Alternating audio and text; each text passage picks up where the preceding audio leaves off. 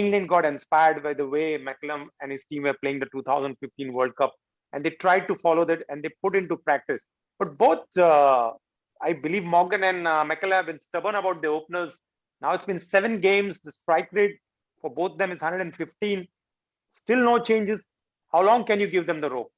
So, yeah, I think that rope is getting short now. It's getting pretty short. So the thing about that is, you look at a style of play that Brendan McCullum sort of influenced world cricket really for a period of time. But the thing that we don't speak about a lot is how he got it wrong more often than not first.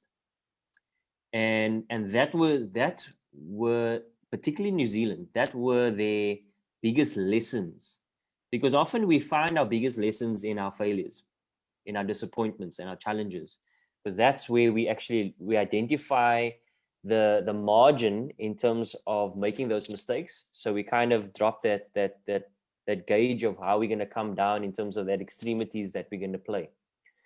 And eventually they got to a point where they found a formula and a way that they were able to be consistent. And obviously England adopted that as well. And England went through the same approach. I remember 2016, 2017, we played against England.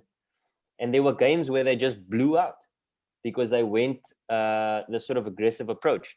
And then they found a perfect medium in terms of how they want to go about it, but also they found the players that they were going to use that could be consistent. And I think KKR is still searching for that. And I think that's why it's a little bit challenging for a KKR supporter, is because you're obviously wanting your team to win. But the reality is there's also a exploration phase. There's a building phase for a squad now, where there's obviously a few new players in. They need to adapt to a style of play. They need to buy into a style of play. And some players will fall by the wayside. That's the reality of the situation.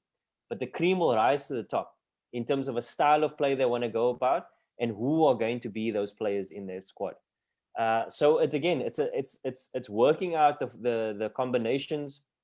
I'm pretty sure we might see Narayan at the top of the order again at some stage in this tournament, because they're having to explore certain scenarios: who's best in the middle, who's best at the top, who's best at the death.